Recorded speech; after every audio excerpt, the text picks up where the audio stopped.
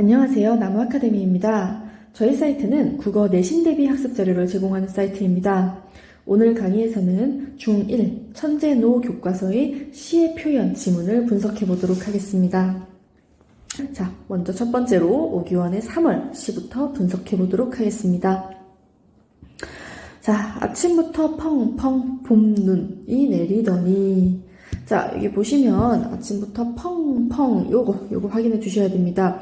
우리가 원래는 펑펑이라고 쓰는 게 맞죠. 띄어쓰기를 하지 않는 게 맞습니다. 그런데 이거를 의도적으로 띄었음으로써 이 끊어읽기를 통해서 이제 동일한 글자를 반복함으로써 운율을 형성하는 그것이 나타나도록 하고 있는 거예요. 그래서 이렇게 의도적으로 맞춤법이나 띄어쓰기에 어긋나게 표현하는 걸 우리가 이제 시적 허용이라고 하죠. 이 시적 허용을 통해서 운율을 형성하고 있다 하는 부분 우리가 확인할 수 있습니다. 자, 다음 봄눈이 내리더니, 자, 계절적 배경으로는 이른 봄이라는 걸 확인할 수 있네요. 자, 점심 무렵에는 산과 들이 눈부시게 하얀 이불을 덮고 잠이 들었다. 자, 여러분 여기서 여러 가지 비유법을 좀 확인할 수가 있습니다. 자, 하나씩 볼게요. 자, 먼저 여러분 산과 들이 잠이 들었대요. 산과 들은 사람이 아닌데 잠이 들 수가 있나요? 그럴 수가 없죠. 우리가 이렇게 사람이 아닌 것을 마치 사람인 것처럼 표현하는 그 비유법을 뭐라고 하느냐? 의인법이라고 합니다. 그래서요, 이곳에는 지금 산과 들을 마치 사람처럼 표현한 의인법이 일단 쓰였고요. 자, 두 번째로는 산과 들이 하얀 이불을 덮고라고 되어 있어요. 자, 그런데 이거 진짜로 이불을 덮은 건가요? 아닙니다. 여기서 말하는 하얀 이불은 뭐냐면 여기서 내린 봄눈이에요. 봄눈. 그러니까 눈이 하얗게 덮인 모습을 하얀 이불을 덮었다라고 표현한 거거든요. 자, 그럼 이건 도대체 무슨 비유냐? 은유법이라고 합니다. 자, 그럼 여러분 잠시 다시 쓸게요. 그 비유를 좀 전체적으로 정리를 해두는 게 좋겠어요. 자, 그래서 우리가 흔히 비유라고 할 때 이제 대표적인 거 몇 가지만 쓸게요. 직유법, 그리고 은유법, 그리고 의인법. 이거 외에도 있어요, 여러분. 근데 일단 우리는 이렇게만 살펴보겠습니다. 자, 이 직유법이라고 하는 것은요, 뭐뭐처럼, 뭐뭐 같이, 뭐뭐인 듯, 요런 것들을 활용해서 이제 비유를 하는 것을 직유법이라고 해요. 그래가지고 원관념과 보조관념을 요런 표지를 이용해서 연결하는 걸 직유법이라고 합니다.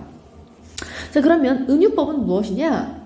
A는 B다의 형태로 이렇게 비유하는 걸 은유법이라고 해요. 자, 그래서 예를 들었을 때 나는 나룻배 요런 것들이 되겠죠.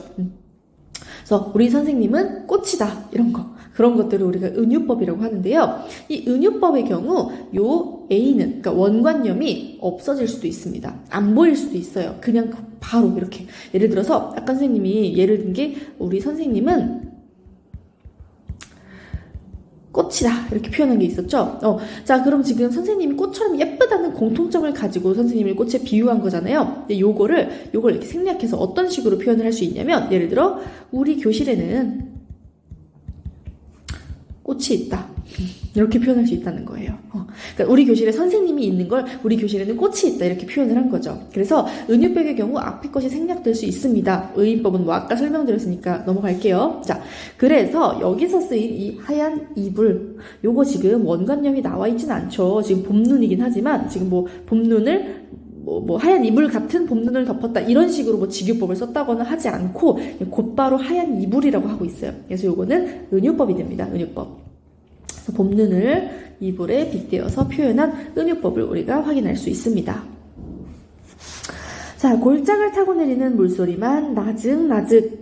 자, 지금도 나직나직이라는 한 단어를 의도적으로 띄어쓰고 있네요. 이렇게. 그래가지고 아까 펑펑처럼 일부러 단어를 의도적으로 띄어쓰므로써 은유를 형성하고 있는 걸 우리가 확인할 수 있습니다.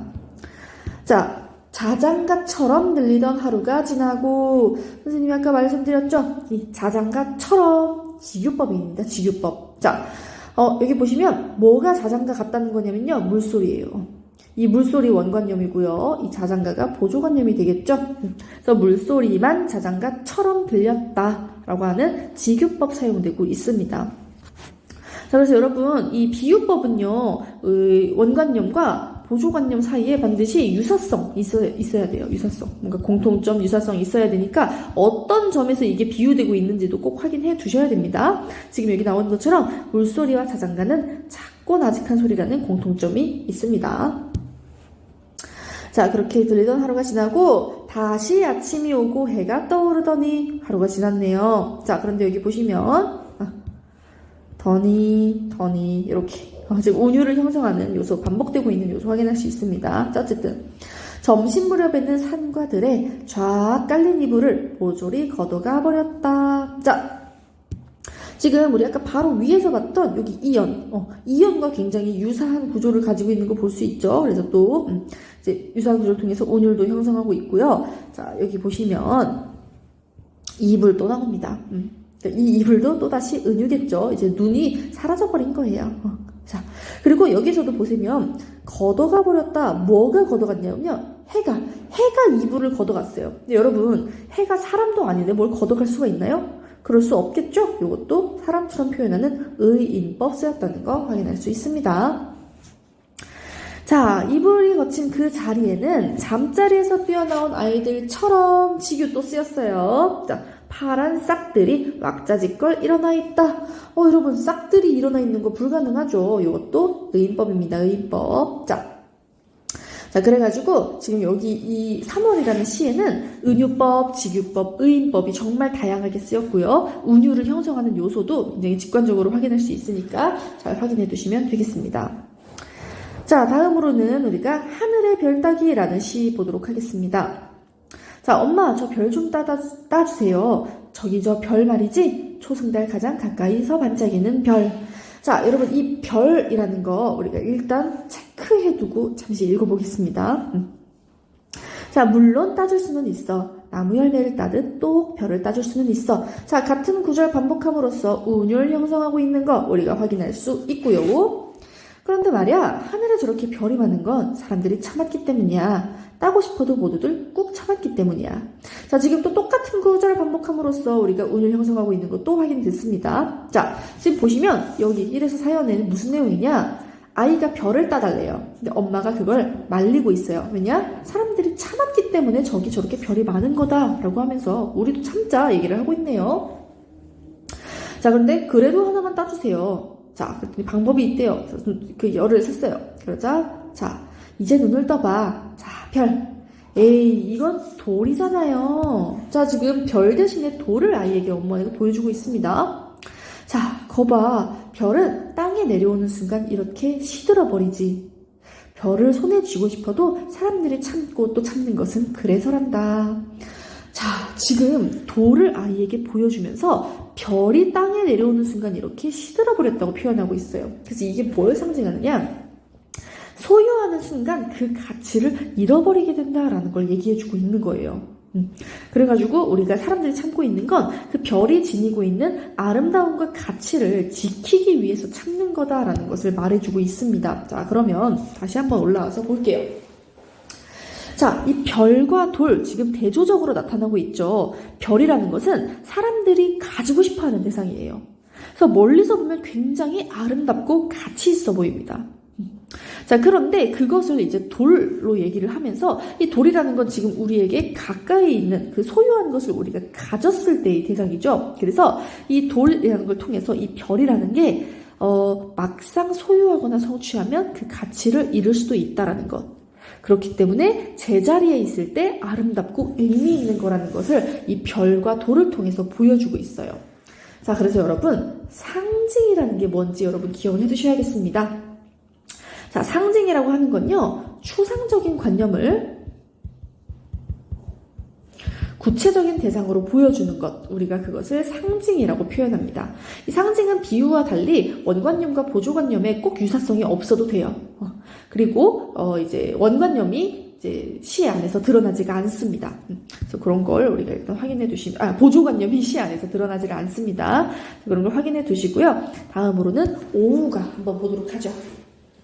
자, 시조입니다. 그래서 시조의 경우는 시조의 특징을 좀 기억을 해두셔야 됩니다. 그래서 시조는 이제 형식적으로 3장, 6구, 45자 내외의 이제 특성을 가지고 있고요. 그리고 이제 종장의 첫 음보가 삼음절로 되어 있는 특징이 있습니다. 뭐 또 하나 얘기하자면 이제 한 그 장에 사음보로 이루어져 있다라는 기본적인 특징 기억을 해두시면 돼요. 자, 그래서 선생님 이게 무슨 말이에요? 자, 장이라고 하는 거는 요 한 줄을 말해요. 그래서 우리가 첫 번째 줄 초장, 충장, 종장 이렇게 세 장으로 이루어져 있고요.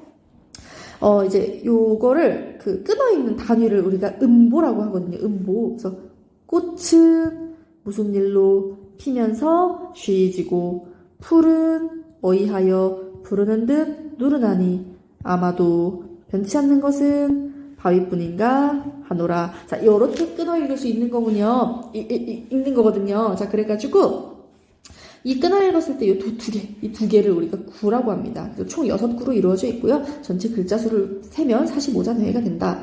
자, 종장의 첫 음보가 삼음절이라고 하는 건 요겁니다. 요거. 여기. 그래서 무조건 삼음절을 규칙을 지키고 있고요. 방금 말씀드린 것처럼 4개로 끊어 읽을 수 있습니다. 일단 시조의 특징 봤으니까 내용 얼른 볼게요. 자, 내 벗이 몇이나 하니 수석과 송죽이라 동산에 달 오르니 그더욱 반갑고야 두어라 이 5밖에 또 너하여 무엇하리. 자, 지금 내 친구 소개하고 있습니다. 수, 물이죠. 석, 돌, 송, 소나무, 죽, 대나무, 그리고 달까지 이 5의 벗을 소개하고 있고요. 이 5의 벗이면 충분하다. 그 외에는 필요 없다라고 말하고 있는 게 바로 제1수의 내용입니다. 그래서요, 이 오가는 연시조예요. 그 오가 아래에 총 6수의 시가 있거든요. 자, 그래서 제1수에서 5의 벗이 있다고 소개를 했잖아요. 그래서 제2수에서부터는 그걸 각각 하나씩 소개합니다. 그래서 제2수에서 수, 제3수에서는 석, 4수에서 송 이런 식으로 하나씩 소개를 해요, 친구들을. 우리는 그 중에 제3수를 볼 겁니다. 자, 석이네요. 석, 바위죠, 돌. 자, 꽃은 무슨 일로 피면서 쉬지고 풀은 어이하며 푸르는 듯 누르나니. 자, 여러분, 꽃은요 막 피었다가 졌다가 변화가 엄청 많습니다. 풀도요 막 푸르렀다가 누그레졌다가 아주 변화가 많습니다. 그래서 자꾸 변화하는 것들 별로라는 거예요. 아마도 변치 않는 것은 바위뿐인가 하노라. 바위는 쉽게 변하지 않죠. 그래서 쉽게 변하는 꽃풀과 대조되고 있습니다. 자, 그래서 이 시는요 이렇게 꽃과 풀처럼 자꾸 변하는 거 별로다. 신념을 쉽게 저버리는 그 세태에 대한 비판적인 인식이 드러나고 있는 거예요. 그렇지 않고 이렇게 변하지 않는 그 존재인 돌과 같은 것이 좋다라고 이야기를 하고 있습니다. 그러면 이것과 관련해서 얼른 문제 한번 풀어보도록 하겠습니다. 자, 10번 문제 풀어볼게요. 여러분들 영상 잠시 일시 정지하고 문제 풀어봐 주시기 바랍니다. 자, 지금 보겠습니다. 여기서 어떤 그 비유법 쓰였는지 보이시죠? 자, 자장가, 처럼 이렇게 직유법 쓰였거든요. 그럼 밑에서도 직유법 쓰인 거 찾아보시면 되겠습니다. 자, 나는 나루 빼. 자, A는 B의 형태인 은유법 쓰였네요. 꽃이 환하게 웃는다. 꽃은 웃을 수 없어요. 사람처럼 표현한 의인법 쓰였어요. 자, 내 마음은 호수요. A는 B다의 형태인 은유법 쓰였고요. 천사처럼 고운 마음. 자, 여기서 직유가 쓰였네요. 일단 이게 답이 될 거고요. 자, 시간이 나를 재촉하며 서두르라고 말한다. 시간이 어떻게 말을 해요? 못하죠. 의인법 쓰였습니다. 자, 이렇게 비유법 물어보는 문제 많이 나오니까 꼭 연습 많이 해두시기 바랍니다. 자, 이 외에도 더 많은 문제나 자세한 학습 자료는 저희 나무아카데미 홈페이지에서 확인하실 수 있습니다. 감사합니다. 안녕하세요. 나무아카데미입니다. 저희 사이트는 국어 내신 대비 학습 자료를 제공하는 사이트입니다. 오늘 강의에서는 천재노 교과서의 소나기 지문을 분석해 보도록 하겠습니다. 워낙 긴 작품이라 중요한 부분만 저희는 살펴볼 테니까요. 여러분은 전체 지문 다 꼼꼼하게 살펴서 공부해 두시기 바랍니다. 자, 일단 어떤 이야기로 시작을 하냐면요. 이 시골에 지금 농촌에 소녀가 지금 이사를 왔습니다. 서울 아이예요. 그래서 이 소녀가 소년과 이제 마주치게 되는데요. 이 소년의 경우에는 굉장히 소심하고 소극적인 성격이에요. 그런데 이 소녀는 그와 반대로는 꽤 적극적인 이제 행동을 보여주는 친구입니다. 그래서 이 소년이 지나다니는 개울가에서 소녀가 징검다리에 앉아서 막 물장난을 치며 길을 막고 있었지만 소녀는 그거에 대해서 말도 못해요. 그냥 지켜보고 이렇게 기다리기만 하고 이런 식으로 좀 소극적인 모습들이 나오는데 그런 소녀에게와 소년이 서로 관심을 갖게 됩니다. 그래서 어느 날 이 소녀가 소년에게 먼저 말을 거는 장면이 나와요. 그래서 이 비단조개를 바탕으로 이제 말을 하면서 이 갈림길에서 이제 원래 헤어져야 되지만 너 저 산 너머에 가본 일 있니? 하면서 우리 가보자 하고 이 두 소년과 소녀가 산 너머 놀러 가는 일로 이제 이야기가 진행이 됩니다. 자, 그래서 이제부터 좀 중요한 부분 몇 가지 짚어보면서 보도록 할게요. 자, 여기 보시면 지금 도랑이 하나 있었다 해서 도랑을 건너가지고 가죠. 이 도랑 이따가 또 나오니까요. 우리 기억을 해 두시고요. 이 두 친구가 굉장히 좀 이렇게 즐겁게 노는 장면들이 나옵니다. 그래서 소년이 먼저 소녀에게 막 이렇게 무도 주고 그걸 이제 먹게 해보는데 소녀가 맛없다고 하니까 소녀 따라서 아이 나도 참 맛없다 이러면서 막 던져버리고 하는 굉장히 귀여운 모습들이 계속해서 나와요. 자, 그리고 단풍잎과 같이 위에도 이제 갈꽃 이런 거 나왔었는데 가을이라는 계절적 배경 나타난다는 거 확인을 해 두시고요. 자, 봅시다. 여러분 여기 보시면 도라지꽃이 이렇게 예쁜 줄은 몰랐네. 난 보랏빛이 좋아 라고 하면서 소녀가 보랏빛이 좋다고 말하는 부분이 나옵니다. 요것도 좀 이따가 연결이 될 거예요. 좀 같이 읽어두시고요. 자, 이렇게 꽃묶음을 또 이렇게 꺾어가지고 소녀에게 건네자 소녀가 그걸 또 소중하게 이렇게 간직하고 있는 모습들이 나옵니다. 자, 그래서 이 두 친구가 계속 가까이 시간을 보내면서 점점 더 가까워지고 있어요. 둘이 더 친밀해지고 있는데요. 이 소녀는 막 소녀에게 잘 보이기 위해서 막 소 위에 타서 놀기도 하고 하면서 둘이 시간을 보내는데, 자, 갑자기 너네 어서들 집으로 가거라. 소나기가 올라. 라고 이제 어떤 농부 하나가 말을 합니다. 자, 그래서 하고서 그 하늘을 보자 정말로 먹구름이 머리 위에 와 있어요. 삽시간에 주위가 보랏빛으로 변하며 뭔가 불길한 일이 일어날 것을 암시합니다. 그러니까 지금까지 굉장히 막 따뜻하고 밝고 명랑한 분위기였는데 갑자기 굉장히 어둡고 불안하고 좀 우중충한 분위기가 된 거예요. 그래서 굉장히 불길한 사건이 일어날 것, 그리고 비극적 결말이 일어날 것이 암시되고 있습니다. 자, 그래서 실제로 비가 막 내리기 시작해요. 그래서 비를 피할 곳을 찾고 있습니다. 막 소녀가 바들바들 떨면서 되게 추워하고 있어요. 그래가지고 지금 여기 보시면 꽃묶음 얘기가 나오는데요. 이게 뭐냐면 잠깐만 위에 볼게요. 자, 이거 좀 작품의 초반부인데요. 여기 보시면 이 소녀 아닌 갈꽃의 들길을 걸어가는 것만 같았다 하면서 소녀를 꽃에 동일시하는 모습이 나옵니다. 그러니까 소녀와 꽃이 관련성이 있다는 걸 우리가 여기서 확인할 수 있고요. 자, 또 여기에서도 지금 보시면 소녀의 흰 얼굴이 분홍 스웨터가 남색 스커트가 안고 있는 꽃과 함께 범벅이는다. 모두가 하나의 큰 꽃묶음 같다라고 하면서 이 소녀의 모습 꽃에 비유되는 모습이 나타납니다. 그래서 여기서도 소녀와 꽃이 동일시되고 있거든요. 자, 그럼 이게 어떻게 연결이 되는 것이냐? 자, 여기 보세요. 이 꽃이 이제 꽃묶음 속에서 가지가 꺾이고 꽃이 일그러진 송이를 골라 발밑에 버립니다. 지금 꽃을 소녀에 계속 동일시하고 있었는데 그 꽃의 일부를 발밑에 버리고 있어요. 뭔가 불길한 느낌이 우리가 좀 느낄 수 있고요. 그리고 또 밑에 보시면 이제 수소탄 안쪽에 이 두 친구가 비를 피하기 위해 앉습니다. 그런데 너무 좁아가지고 소녀를 안쪽에 앉혀놓고 소년이 바깥에서 좀 비를 맞고 있어요. 그러자 소녀가 이리 들어와 앉아 괜찮아 라고 해가지고 소년이 그렇게 들어가 앉는 동안 앉으면서 실수로 이 꽃묶음이 우그러져 버립니다. 자, 그래서 여러분 계속해서 꽃과 소녀를 동일시했었는데 그 꽃이 우그러들어 버려요. 자, 그렇다는 건 이 소녀도 굉장히 뭔가 비극적인 결말을 맞이하겠구나라고 하는 것을 우리가 암시해 볼 수 있다는 겁니다. 예상해 볼 수 있다는 거예요. 자, 그래서 이 꽃과 소녀의 관계 좀 확인해 두시고요. 자, 어쨌든 둘이 이제 굉장히 가까이에서 이렇게 비를 피하고 있다가 드디어 그 소나기가 그쳤어요. 이제 다시 집으로 돌아가려고 하는데 아까 우리가 폴짝 뛰어 건넜던 도랑 기억나시죠? 그 도랑에 엄청나게 물이 불어있는 거예요. 그래서 뛰어 건널 수가 없어서 소년이 소녀를 업어줍니다. 그래서 이 없는 것 때문에 소녀가 이제 입고 있던 그 스웨터에 그 흙탕물 물자락이 들었대요. 그거 좀 이따 나올 건데요. 자, 계속 볼게요. 자, 어쨌든 이렇게 두 친구가 집에 돌아갔어요. 그런데 그 이후로 소녀가 나타나지를 않는 겁니다. 그래서 한참 며칠이 지난 후에 소녀가 나타나더니 그동안 아팠대요. 소나기를 맞아가지고. 거기서 얘기하죠. 이렇게. 자, 그날 참 재밌었어. 일단 그날의 추억을 되게 즐겁게 생각하고 있는 거 알 수 있고요. 근데 그날 어디서 이런 물이 들었는지 잘 지지 않는다. 스웨터에 지금 검붉은 진흙물이 들어있어요.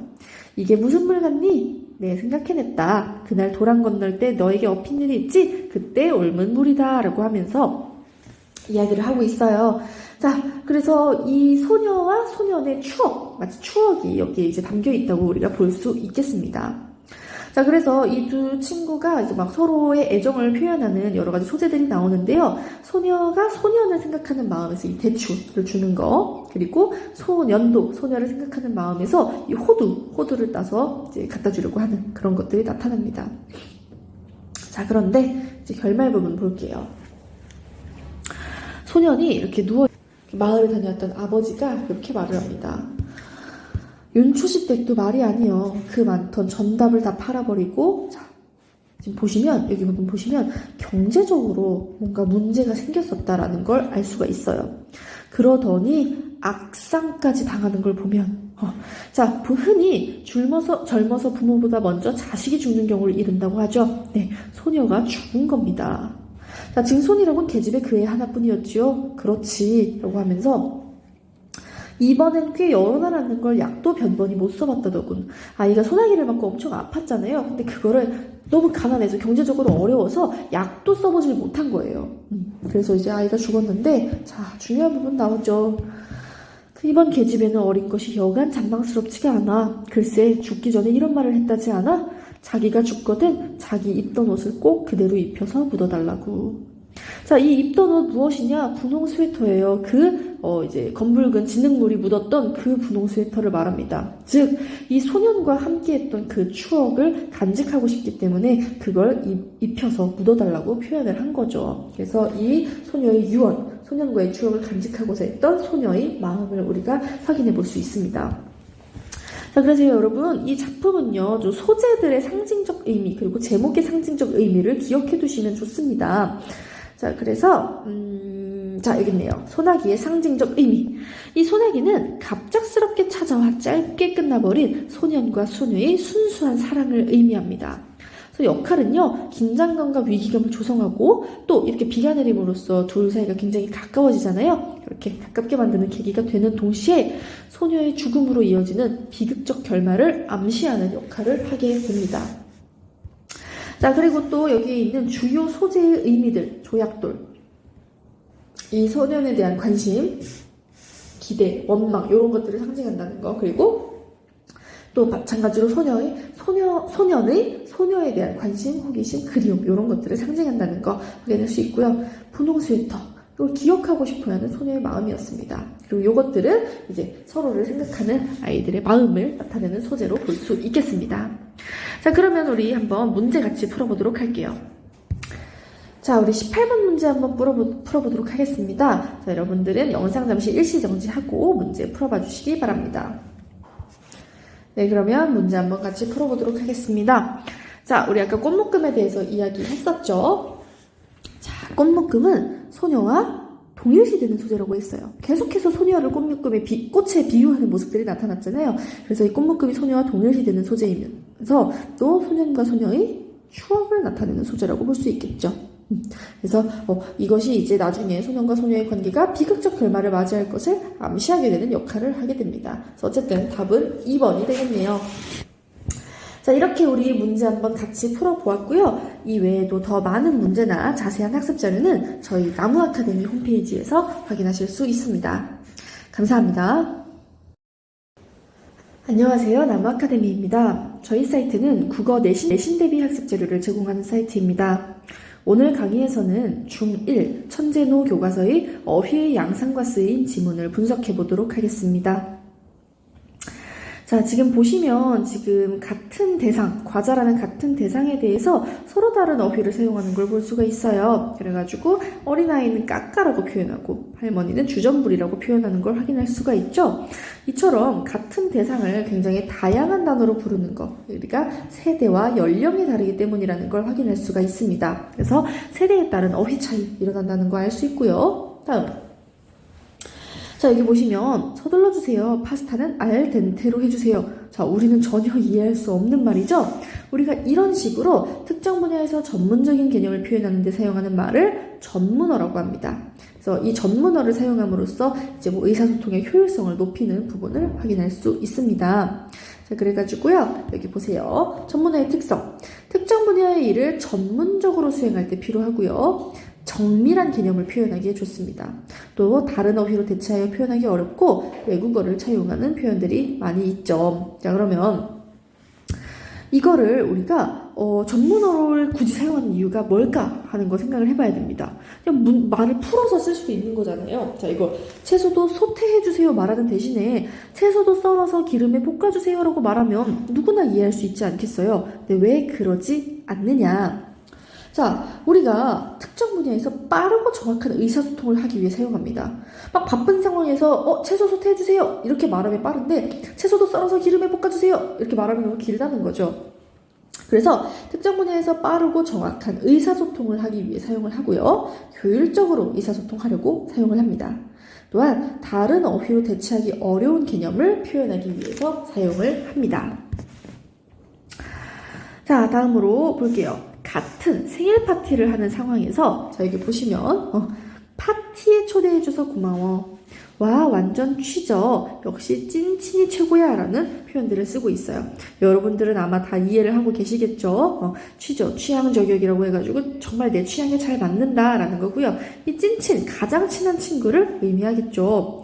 자, 그런데 같은 상황에 대해서 할아버지, 할머니, 이제 노인분들은 이렇게 얘기를 합니다. 잔치에 불러줘 고맙네. 생일 축하하네. 아, 나에게 안성맞춤이네. 막역지우가 있어. 참 좋구먼. 같은 내용이거든요, 여러분. 내 안성맞춤 나에게 딱 맞는다. 내 취향에 딱 맞는다. 그리고 막역지우, 아, 정말 가장 친한 친구. 이제 오랫동안 함께 지낸 이제 서로 거스름이 없는 친구가 있어서 참 좋구만이라는 표현인데요.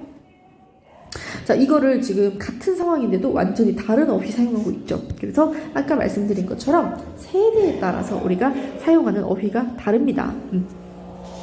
자, 그래서 기성세대는 비교적 기존에 쓰던 어휘를 그대로 사용하고 유지하려는 경향이 있습니다.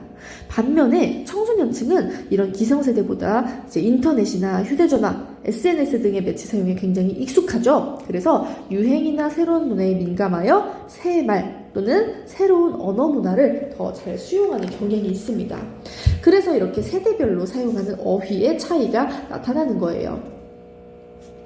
자, 또한 인터넷 언어의 특성 볼게요. 지금 위에 인터넷 공감 나와 있는데요. 여기 보시면은 자, 강추 이런 줄임말 사용됐고요. 티키타카 외국어 사용됐고요. 그리고 이런 이응 초성이 사용됐습니다. 또한 이 띵작의 경우에는 우리가 명작이라고 하는 것과 단어의 생김새가 비슷한 것을 이제 띵작이라고 표현하는 글자를 사용하는 부분이 있어요. 그래서 이 인터넷 언어를 사용할 때는 굉장히 다양한 예시들이 있는데요. 이런 인터넷 언어 왜 사용이 되었느냐? 이제 그 온라인 게임을 하면서 사람들이 글자를 빠르게 입력하기 위해서 간단하고 의미 전달이 빠른 초성체가 유행하기 시작하면서예요.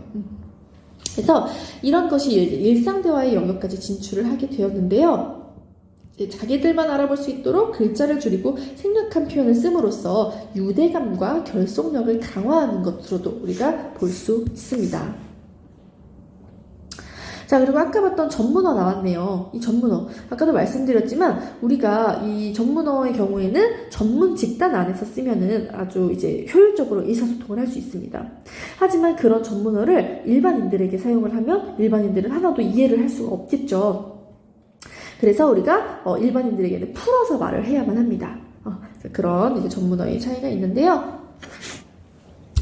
자, 지금 여기 보시면 우리가 이런 전문어를 사용할 때 고려해야 되는 것은 바로 맥락이다라고 얘기하고 있어요. 선생님, 맥락이 뭔가요? 지금 상황 맥락과 사회문화적 맥락으로 나뉘어 있는데요. 자, 상황 맥락이라고 하는 것은 화자와 말하는 이, 그리고 청자, 듣는 이의 이제 뭐 관계를 의미합니다. 그리고 그들이 말하고 있는 장소 또는 그들이 말하는 시간, 이런 것들을 바탕으로 우리가 확인하는 것이 상황 맥락이에요. 자, 그래서 같은 발화를 하더라도 이 상황 맥락에 따라서 다른 의도를 가지게 될 수 있거든요. 그래서 이 상황 맥락 확인해 두셔야 되고요. 사회문화적 맥락의 경우에는 오랜 시간 동안 이제 특정 공동체에서 사회적으로, 문화적으로 오랜 시간에 걸쳐 만들어진 맥락을 말해요. 세대, 성별, 문화, 지역과 같은 이러한 요인들의 영향을 받는 맥락입니다. 자, 그래가지고 이렇게 우리가 다양한 맥락에 따라서 확인해야 된다는 걸 확인해 보았고요. 자, 지금 여기에서는 자, 서로 어휘를 이해하지 못하는 뜻이 나와요. 보세요. 시장하지? 네? 시장 다녀오셨어요? 자, 이 시장하다 배고프다는 뜻이거든요. 자, 그래서 그거를 할머니가 설명해주고 있습니다. 자, 아하, 할머니도 시장하시죠? 자, 자기가 모르던 이제 기성세대의 어휘였는데 그거를 이제 배워서 바로 받아들여 사용하는 모습 보여주고 있어요. 혼밥할 뻔했는데 잘 됐네요. 자, 할머니가 또 이해를 못하죠? 그러자 이번엔 아이가 설명해줍니다. 아, 혼밥은 혼자서 밥을 먹는다라는 말을 줄인 거예요. 그러자 할머니도 바로 오늘은 우리 혼밥이 아니구나 라면서 사용하는 모습을 보여주고 있습니다. 자, 이처럼 서로 상대가 사용하는 어휘를 직접 사용해보면서 긍정적으로 받아들이고 있는 모습 우리가 알 수 있습니다. 자, 다음 이 보고서 내용 볼게요. 지금 보고서에 핵 인싸라 뭐 이거는 매주 완전 갓생 오브 갓생 뭐 이런 식으로 지금 보고서라는 그 환경에 적합하지 않은 표현들을 쓰고 있죠. 그래서 이 상황 맥락을 고려하지 않고 막 줄임말과 신조어를 남발하고 있는 모습 확인할 수가 있어요. 그래서 우리가 이런 다양한 어휘를 사용하여 소통할 때에는 좀 서로 상대방의 그 어휘를 알아보려는 노력을 좀 기울여야 하고요. 내가 그 말을 사용하는 상황이 적절한지 좀 확인을 해야 됩니다. 그리고 적합한 어휘를 사용하려는 태도를 갖추어야 합니다. 그래서 이런 것들 우리가 확인해 볼 수 있었습니다. 자, 다음으로 이걸 볼게요. 지금 새 말에 대해서 설명하고 있는데요. 쫄면이라는 단어는 쫄깃한 면에 머리 글자를 따서 만든 단어래요. 이 쫄과 면, 요거를 떼어내서 만든 건데요. 이거에서 쫄깃하다의 쫄과 한자 면을 결합시킨 건 사실 자연스럽지 않다는 거죠. 근데 뜻도 잘 통하고 발음도 정겨워서 모든 이의 입에 척 감겼다라고 말하고 있습니다. 그래가지고 이렇게 뜻이 잘 통하는 새말은 그 어법에 이제 적합하지 않더라 하더라도 사람들이 문제를 삼지 않는다는 거예요. 그래서 만약에 새말에 사람들이 불만을 가진다면 그건 이해하기가 어렵기 때문이다라는 거죠. 자, 그래서 이제 보시면 이런 새 말은 일부러 우리가 막 퍼뜨리려고 하지 않아도 퍼질 말은 퍼지고 사라질 말은 사라진다는 거예요. 자, 그래서 꼭 필요한 말인데 그 단어를 표현하기에 너무 적합한 말인데 그것보다 더 좋게 표현할 말이 없는다면 어휘라는 건 살아남게 된다는 거죠. 그래서 이런 새 말에 거부감을 가지지 말고 귀를 열어서 좀 이해하고 노력하면서 그 말의 운명을 자연스럽게 결정되도록 두자라는 이 새 말을 대하는 바람직한 태도에 대해서 얘기를 하고 있습니다. 자, 그러면 우리가 이것과 관련해서 우리 문제 한번 좀 풀어보도록 하겠습니다. 자, 그럼 4번 문제 한번 풀어볼게요. 지금 세대별 어휘의 차이점을 가지고서 나온 문제이죠. 여러분들 영상 잠시 일시 정지하고 문제 풀어봐 주시기 바랍니다. 자, 네, 그러면 문제 한번 같이 풀어보도록 하겠습니다. 청소년층과 노년층 세대가 사용하는 어휘의 특성을 묻는 문제인데요. 자, 노년층. 노년층은 여러분 새 말이나 외래어 자주 사용하지 않죠. 요거는 이제 청소년층의 특징이고요. 상대적으로 인터넷 언어에 특성하다? 아니에요. 노년층은 인터넷 언어에 익숙하지 않습니다. 자, 청소년층은 외래어보다 한자 사용 빈도가 높다? 아니죠. 요것도 노년층의 특징입니다. 청소년층은 노년층과 달리 비교적 기존에 쓰던 어휘를 그대로 유지하려는 경향이 있다. 이것도 반대로 돼 있네요. 노년층입니다. 노년층. 노년층은 비교적 기존에 쓰던 어휘를 유지하려는 경향이 있죠. 자, 마지막으로 5번. 청소년층과 노년층은 언어 문화에 반응하고 언어 문화를 수용하는 성향이 다르다. 요게 그래서 정답이 되겠습니다. 자, 여러분 이렇게 우리가 세대별 어휘의 차이도 좀 우리가 확인을 해봤는데요. 이 외에도 전문어의 그 특성 또는 이제 세말의 특성 이런 것들도 꼭 확인해 두시기를 바랍니다. 자, 그럼 이 외에도 더 많은 문제나 자세한 학습 자료는 저희 나무 아카데미 홈페이지에서 확인하실 수 있습니다. 감사합니다. 안녕하세요. 나무 아카데미입니다. 저희 사이트는 국어 내신 대비 학습 자료를 제공하는 사이트입니다. 오늘 강의에서는 중1 천재 노 교과서의 매체로 소통하기 지문을 분석해 보도록 하겠습니다. 자, 지금 상호작용적 매체의 특성 이해하기라고 나와 있어요. 상호작용적 매체라고 하는 것은 주로 인터넷에 기반하여 쌍방향으로 소통할 수 있는 매체를 말합니다. 자, 지금 보시면 체육대회와 관련하여 전달받은 내용을 학교 누리집에 올리겠다라고 표현하고 있어요. 그래서 안내 상황은 명확하고 간결하게 쓰고 공식적인 상황에 맞게 격식을 갖춘 표현을 사용해야겠다고 말하고 있네요. 자, 그래서 여러분 이 누리집이라고 하는 것은 공적인 공간입니다. 공적인 공간. 그래서 우리가 이런 공적인 공간에서 말을 할 때는 격식을 갖추어서 표현을 해야 된다라는 특징을 가지고 있고요. 좀 이제 정확한 정보, 신뢰성 있는 정보를 제공해야 된다라는 특징이 있겠죠. 자, 여기 보시면 지금 정보, 자기가 이제 얘기하고 싶어 하는 정보를 막 만연체로 쓴 게 아니라 1. 대회 안내 이렇게 간결하고 깔끔하게 작성하고 있는 부분 확인할 수 있고요. 자, 이 질문이 있으면 댓글을 달아주세요라고 하면서 댓글을 통해서 이 글을 읽는 수용자들과 소통하는 모습을 확인할 수가 있습니다. 자, 여기에서도 보시면은 전부 존댓말 쓰고 있죠. 공적인 공간이기 때문이에요. 그래서 이 친구들 모두 중학교 학생들이니까 사실은 또래 친구들인데 그 또래 친구들과의 관계에서도 존댓말을 사용함으로써 격식을 갖추고 있는 모습 확인할 수 있습니다. 자, 그래서 이 학교 누리집의 내용 좀 보시면 여기 나와 있네요. 여러 사람이 글쓰기에 참여할 수 있고요. 글쓴이와 읽는이가 자유롭게 소통할 수 있고요. 이 댓글, 짧은 글을 통해 의견을 표현할 수도 있고 다른 사람의 의견이나 생각을 확인해 볼 수도 있습니다. 이런 댓글의 특징 기억을 해 두시고요. 자, 지금 댓글을 통해 궁금한 걸 질문하고 있어요. 그리고 그거에 대해서 글쓴이가 답을 하며 소통을 하고 있죠. 게다가 지금 게시글을 추가했습니다라고 나오잖아요. 그러니까 자기가 쓴 글을 거기서 끝이 아니라 이 댓글을 통해서 다른 이제 읽는 이가 말한 그 의견을 반영하여 내용을 수정할 수도 있다라는 점 우리가 기억해 두시면 되겠습니다. 자, 두 번째로 보시면 열심히 연습하니까 실력이 늘어서 뿌듯해 라고 하는 그런 자신의 생각을 사회관계망 서비스에 글을 올려서 친구에게 고마움을 표현해 보려고 한대요. 자, 이제 누리집 공간과는 다른 사적인 공간이 나타납니다. 자, 지금 여기 보시면은 사진을 첨부하고 있고요. 그리고 거기에 대해서 이런 표현. 자, 격식을 갖추지 않은 친근한 표현 사용하고 있습니다. 또한 이런 거 이모티콘 활용하고 있는 부분 확인할 수 있고요. 여기 보시면 샵으로 표현되어 있는 이걸 우리는 해시태그라고 표현을 해요. 이 해시태그를 통해서 이 게시글의 내용 중에 좀 중요한 핵심어를 간결하게 표현하고 있죠. 사람들이 이걸 검색해서 쉽게 들어올 수도 있고요. 좀 관련 있는 정보들을 한 번에 모아서 볼 수도 있다라는 특징을 가지고 있습니다. 자, 여기서도 마찬가지로 댓글을 달면서 소통을 할 수가 있어요. 네, 여기에서도 아까 말씀드린 것처럼 격식을 갖추지 않은 편한 표현과 여러 가지 이모티콘이 활용되고 있습니다. 자, 그런데 여기 보시면요. 지금 이 글을 올린 아름이는 이제 친구에게 표현하기 위해서 글을 남겼거든요. 그래서 실제로 소통하는 것도 친구들과 소통을 하고 있어요. 이분은 아예 모르는 사람입니다. 이 학교를 졸업한 사람이에요. 외부인이죠. 그러니까 이런 지금 사적인 공간, 그 SNS, 사회관계망 서비스는요, 외부인이 모르는 사람이 글에 들어와서 그 글에 참여할 수가 있습니다. 자, 그래서 관계가 가깝지 않잖아요. 먼 관계니까 이렇게 존댓말을 쓰면서 이제 표현하는 부분도 확인할 수 있죠. 그래서 사적 공간이라 할지라도 관계에 따라서 이렇게도 쓸 수 있다는 점 알 수 있습니다. 자, 그래서 사회관계망 서비스의 특징.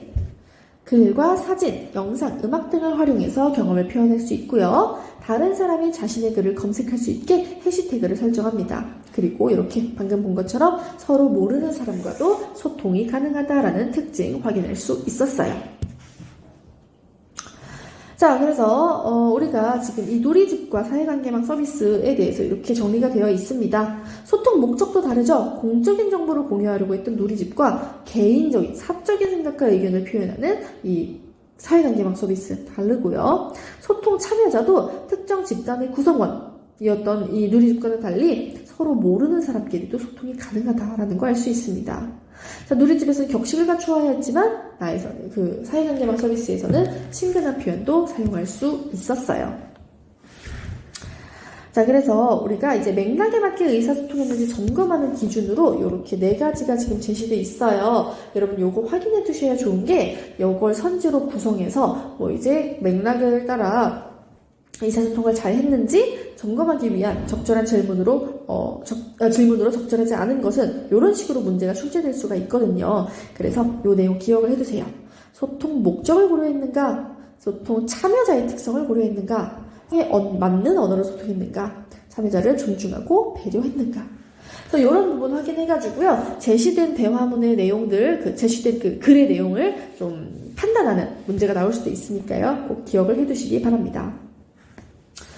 자, 다음으로는 온라인 대화예요. 이 온라인 대화는 여러 사람이 장소에 구애받지 않고 대화하기 위해서 이제 나오는 공간입니다.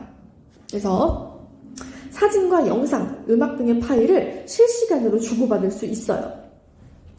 자, 여기 한번 그러면 그 대화 내용 한번 볼게요. 정우야, 반 티셔츠 정함? 자, 지금 정함이라고 하면서 굉장히 간단한 표현 쓰고 있죠. 그래서 이 온라인 대화의 특성 중 하나, 바로 명사형으로 문장을 끝맺는다는 거예요. 자, 그리고 여기 시간이 실시간으로 나와 있습니다. 그래서 우리가 실시간 의사소통이 된다는 점 확인할 수 있고요. 지금 이 온라인 대화방의 공간은 1대1 대화로 이루어져 있어요. 그래서 1대1 소통이 가능하다는 점도 우리가 확인해 둘 수 있습니다. 자, 지금 사진을 첨부해가지고 사진 보내고 있는 거 확인할 수 있고요. 자, 그리고 이모티콘도 사용하고 있네요. 그래서 이렇게 자신의 생각과 느낌을 표현할 수가 있습니다. 그래서 문자뿐만 아니라 사진, 이모티콘을 주고받고 있다라고 하는 거 우리가 알 수 있었어요. 자, 다음으로는 언어폭력에 대한 내용이 나오네요. 자, 언어폭력이라고 하는 것은 욕설, 협박 등등의 부정적인 언어 표현으로 상대방에게 모욕, 위협, 수치심을 불러일으키는 일을 우리가 언어폭력이라고 표현을 합니다. 자, 이러한 언어폭력이 이제 어떤 문제점을 일으키는지 보도록 하겠습니다. 여기 나와 있는 것처럼 언어폭력은 이제 그 위에 사람들이 사용하는 언어는 상대방을 조롱하거나 비하하는 표현, 상대를 향한 비속어, 그리고 험담에 동조하는 표현으로 모두 언어폭력에 해당합니다. 우리가 이런 표현을 들었을 때에는 자신의 인격을 깎아내리는 느낌이 들어 화가 날 것이고요. 내 능력을 비하하는 표현들 때문에 자신감이 없어지고 무기력해질 것입니다. 자, 그래서 이 언어폭력이 문제가 되는 까닭으로 여기 밑에 있는 내용 좀 보도록 할게요. 언어폭력의 피해자는 우울, 불안, 스트레스 등의 정서적 고통을 느끼게 되고요. 대인관계에 어려움을 겪거나 자기 비하에 빠지게 되고요. 그리고 성인이 되어서 다른 사람에게 동일한 형태의 언어폭력을 하거나 감정 조절에 어려움을 겪기도 한다라는 이 문제점이 제시가 되고 있습니다. 그렇기 때문에 우리가 이렇게 좀 언어폭력을 사용하지 않도록 조심을 해야겠죠. 이것은 결국엔 사회 공동체에까지 악영향을 미칠 수 있다는 점을 기억을 해야 합니다. 자, 그래서 자신의 언어 생활을 성찰하고 상대를 존중하는 바람직한 언어 생활을 실천해야 한다라고 이야기가 나와 있어요. 그래서 상대를 존중하는 말, 긍정적인 말을 써야 하고요. 상처 주는 말이나 부정적인 말은 쓰지 않아야 할 겁니다. 요거 한번 봅시다. 차별 표현 대체하기. 자, 지금 우리가 반팔이라는 말 진짜 많이 쓰죠. 근데 이 반팔이라는 말은 차별적인 표현입니다. 왜냐하면 선천적 또는 후천적으로 팔이 짧은 이들에게는 차별적인 단어로 느껴질 수 있기 때문이에요. 그러니까 팔이라는 거에 팔 길이에 정상성을 부여하고 있는 거죠. 그러니까 뭐 예를 들어서 사람이 이렇게 있을 때 요 정도 길이는 정상적인 팔 길이, 그러니까 요 정도 되는 건 반팔, 이렇게 우리가 정상성을 부여하고 있다는 겁니다. 그러니까 처음부터 이제 뭐 여러 가지 이유로 팔이 짧은 이들은 자신에게는 전체 팔인데 반팔이 아닌 거예요. 그렇기 때문에 차별 표현으로 느껴질 수 있다. 그래서 우리가 반소매라고 부르는 것이 좋다라고 이제 설명할 수 있습니다. 다음 벙어리 장갑입니다. 이 벙어리 장갑의 벙어리라는 말이 이제 장애인을 비하하는 표현이에요. 그래서 우리가 이거 대신에 엄지 장갑, 손모아 장갑이라고 부르자라고 이야기를 하고 있습니다. 자, 그래서 이런 식으로 반팔이나 벙어리 장갑과 같은 차별 표현을 대체하려는 움직임이 이어지고 있다라는 것을 확인해 볼 수 있어요. 자, 그러면 지금부터 문제 한번 같이 풀어보도록 하겠습니다. 자, 여러분 2번 문제 한번 풀어보도록 할게요. 이 2번에서 말하는 가와 나는요, 요거 누리집 게시판과 이 사회관계망 서비스에 있는 글을 말합니다. 자, 가와 나의 공통점에 대한 설명으로 적절하지 않은 것 한번 문제 풀어봐 주시기 바랍니다. 자, 그럼 문제 한번 같이 해설해 보도록 할게요. 가와 나의 공통점에 대한 설명으로 적절하지 않은 것, 답은 2번이 되겠습니다. 여러분 사진이나 그림 사용 가능하죠, 둘 다. 네, 그래서 이게 이제 공통점이 아니고요. 자, 여러 사람이 함께 소통할 수 있는 공간 맞습니다. 그리고 소통 쌍방향으로 우리 댓글을 통해서 이루어지는 거 확인했고요. 목적에 따라 여러 방식으로 활용할 수 있으며 시간이나 공간에 제약 없이 글을 달면 되니까요, 소통할 수 있습니다. 자, 이렇게 문제 한번 같이 풀어보았고요. 이 외에도 더 많은 문제나 자세한 학습 자료는 저희 나무 아카데미 홈페이지에서 확인하실 수 있습니다. 감사합니다. 안녕하세요. 나무 아카데미입니다. 저희 사이트는 국어 내신 대비 학습 자료를 제공하는 사이트입니다. 오늘 강의에서는 중1 천재노 교과서의 요약하며 읽기 지문을 분석해 보도록 하겠습니다. 자, 우리가 이 요약하며 읽기를 할 때에는 요약 방법을 좀 명확하게 확인해 두는 것이 좋습니다. 자, 그래서 여기 요약하는 방법 한번 살펴보죠. 자, 우리가 요약을 할 때에는 4가지 방법을 쓸 수 있습니다. 먼저 중심 내용이 글 안에 직접 드러났을 때에는 그것을 그대로 선택하면 됩니다. 그래서 우리가 선택의 방법이 있고요. 만약에 그 중심 문장에 세부적인 내용이나 반복되는 내용 같이 불필요한 부분이 있다면 그거를 지워버립니다. 그래서 우리는 그걸 삭제라고 할 거예요. 다음, 이제 그 중심 문장에 구체적이고 개별적인 내용들 또는 예시가 이렇게 들어있다면 그것들을 일반적인 상위의 개념으로 묶어서 요약할 수 있습니다.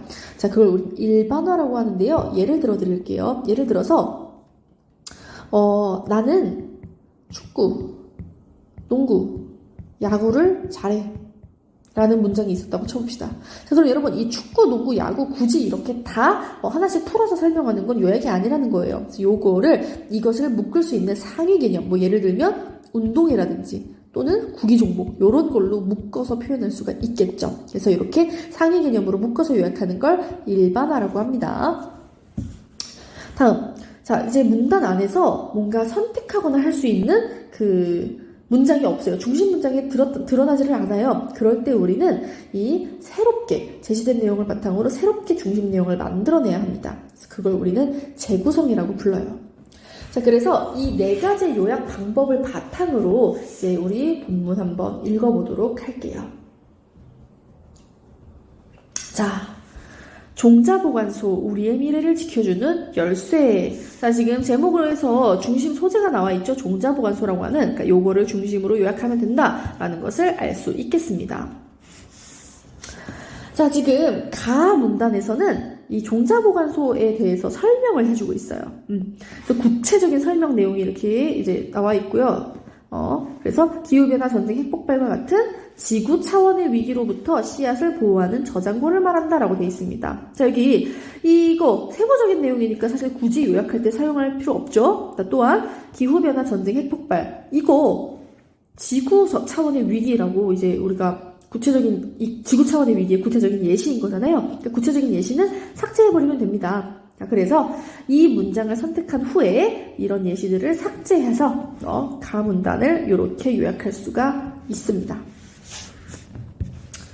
자, 다음으로 나 문단입니다. 자, 식물 종자를 보관하는 기관을 종자은행과 종자보관소로 분류하고 있어요.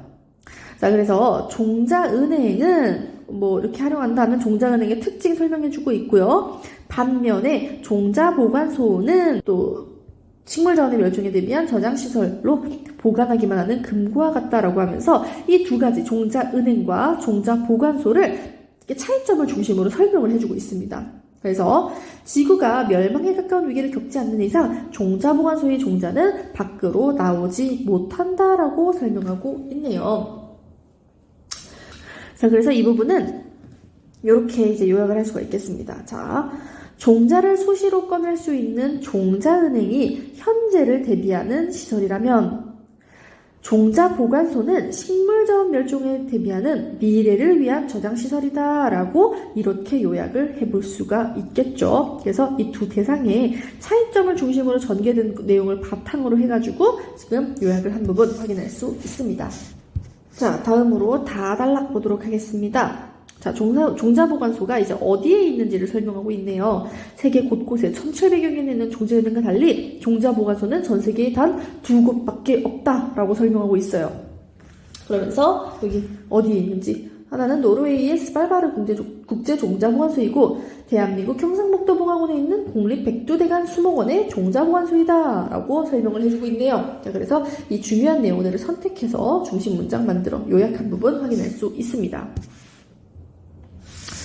자, 다음 라달락이네요.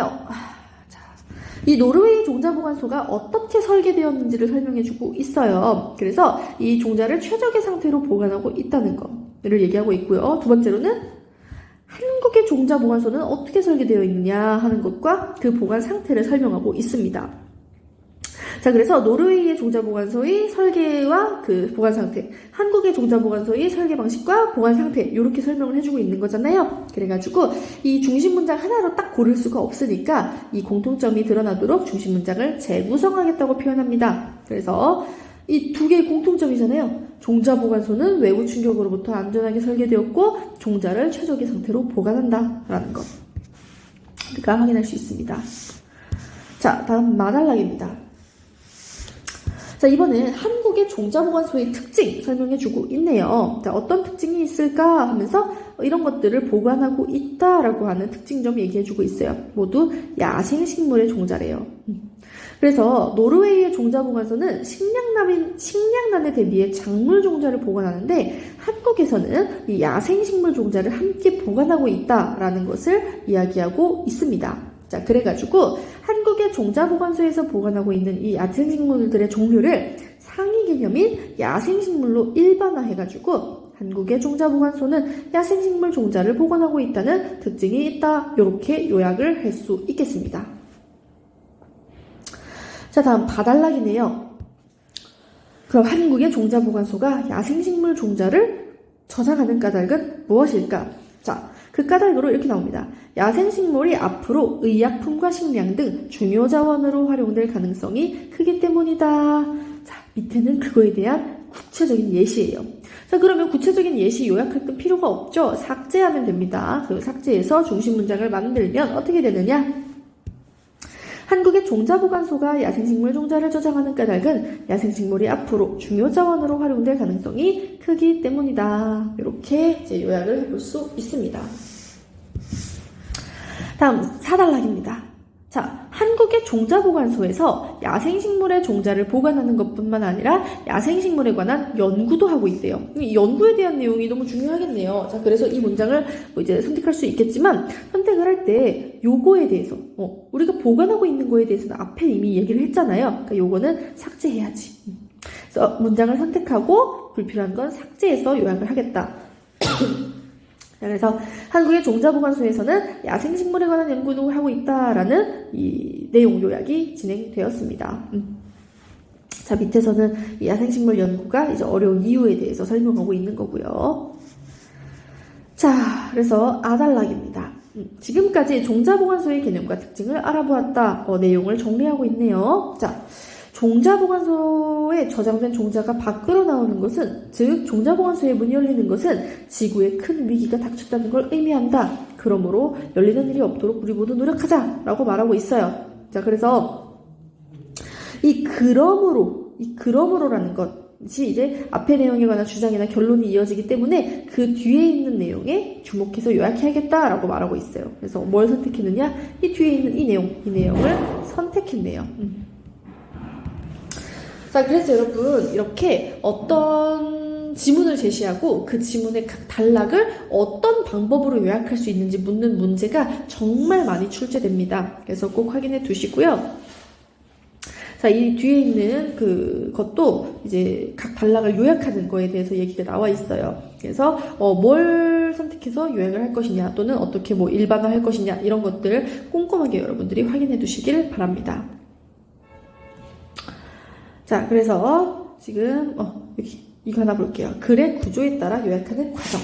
그래서 문단별로 중심 내용을 요약하는 거 우리가 아까 선택, 삭제, 일반화, 재구성 등의 요약 방법으로 이제 요약할 수 있다고 이야기를 했고요. 자, 글의 구조도 파악을 해야겠습니다. 자, 우리가 방금 같은 설명문의 경우에는 처음, 중간, 끝에 3단 구성으로 이루어져 있어요. 그래서 이것을 바탕으로도 이제 중심 내용을 파악해서 요약을 해야겠지요. 자, 그럼 우리 이것과 관련해서 문제 한번 같이 풀어보도록 하겠습니다. 자, 여러분 3번 문제 같이 풀어보려고 합니다. 지금 가를 보기 1과 같이 요약했다라고 나와 있는데요. 가는요, 여러분 여기 이 부분 얘기예요. 지금 이 지문의 첫 단락입니다. 자, 요거를 요약을 했는데 요약 결과가 어떠냐? 요렇대요. 자, 그러면 이렇게 요약하는 과정에서 무엇을 사용했느냐 하는 거, 요약 방법 물어보고 있습니다. 자, 여러분들 한번 그러면 영상 잠시 일시 정지하고 문제를 풀어봐 주시기 바랍니다.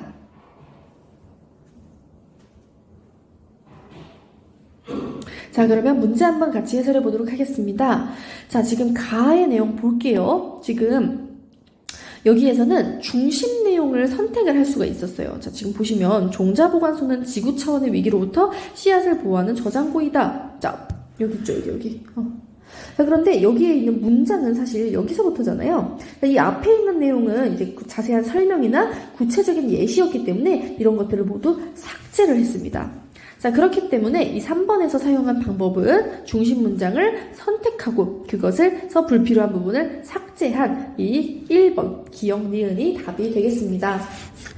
자, 이렇게 우리 문제 한번 같이 풀어보았고요. 이 외에도 더 많은 문제나 자세한 학습 자료는 저희 나무 아카데미 홈페이지에서 확인하실 수 있습니다. 감사합니다. 안녕하세요. 나무 아카데미입니다. 저희 사이트는 국어 내신 대비 학습 자료를 제공하는 사이트입니다. 오늘 강의에서는 중1 천재노 교과서의 정보를 전달하는 글쓰기 지문을 분석해 보도록 하겠습니다. 자, 이 글쓰기 단원에서는요, 항상 글쓰기 과정을 구체적으로 확인해 주시는 게 좋습니다. 자, 여기 보시면 글쓰기의 첫 번째 단계, 계획하기라고 나와 있습니다. 자, 우리가 계획하기 단계에서 고려해야 할 것은 바로 요겁니다. 주제, 목적, 독자. 자, 그래서 주제, 우리가 어떤 것에 대해서 이야기할 것인가, 무엇에 대해서 다룰 것인가 하는 주제 너무 중요할 거고요. 목적, 뭐 예를 들면 정보 전달이라든지 설득이라든지 이런 것들을 우리가 목적으로 어떻게 정하느냐에 따라서 글의 유형까지도 달라지겠죠. 다음으로 독자, 이건 이제 예상 독자를 말하는데요. 이 예상 독자가 누구냐에 따라서 우리가 고려해야 될 것들이 굉장히 많아집니다. 예를 들어 어휘의 수준 이런 거 좀 고려를 해야겠죠. 만약에 우리가 글을 쓸 대상이 이제 내 글을 읽어줄 대상이 중학생인데 막 대학생들이나 이해할 수 있는 어려운 어휘나 어려운 개념을 사용을 한다면 그거는 이제 독자들이 읽기에 너무나 힘이 들겠죠.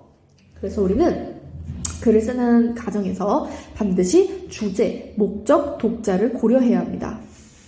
자, 그래서 지금 이 학생이 글 쓰는 그 계획에서도 마찬가지로 자, 우리 학교 학생들에게도 라면서 예상 독자 정했고요. 조선시대 모자를 알려주고 싶어 라고 하는 목적, 정보 전달이라는 목적을 얘기하고 있고요. 그래서 조선시대 모자의 역할과 종류를 설명하겠다는 주제에 대해서도 얘기하고 있네요.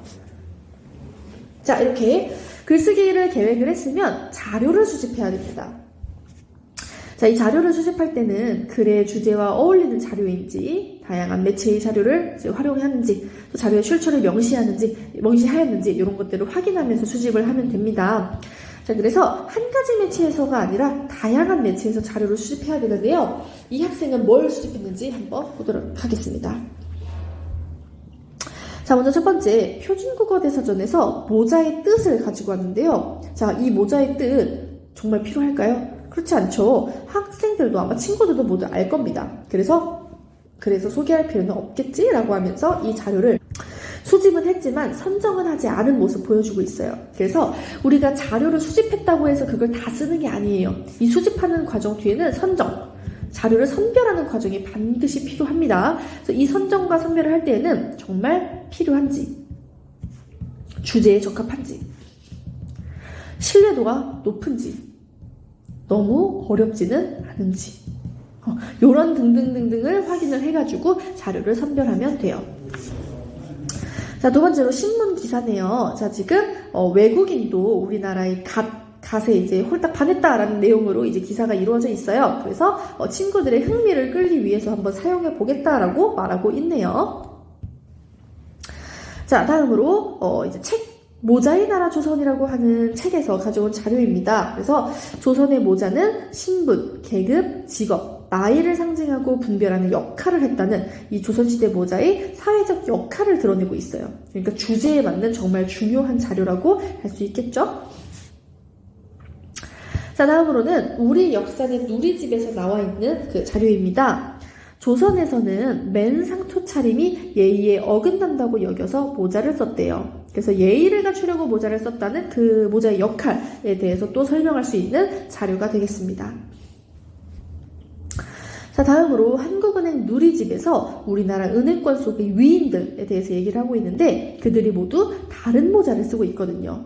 그래서 위인의 신분을 모자로 알 수 있다는 점, 요거를 구체적인 예시로 활용하겠다라고 말하고 있습니다. 자, 다음으로 한국민족문학대백과 사전에 나와 있는 자료예요. 그래가지고 모자의 종류를 보여주고 있어요. 그래서 신분에 따라 구분되는 이 양반층이 썼던 갓, 그리고 신분이 낮은 사람이 주로 썼던 패랭이, 이렇게 분류해서 보여줘야겠어 라고 말하고 있네요. 다음으로 이제 또 인터넷 동영상에 나와 있는 건데요. 단말령을 기점으로 갓을 쓰는 사람들이 사라졌다라고 이제 하는 내용이에요. 그래서 이제 모자의 역할과 종류는 아니어도 조선 고유의 모자를 쓰지 않게 된 까닭을 알려주기 위해서, 친구들의 흥미를 위해서 이 자료를 활용하겠다라고 말하고 있습니다. 자, 그래서 지금 자료를 수집하고 그 자료 중에 필요한 자료를 중요도에 따라 선정하는 과정까지 가졌어요.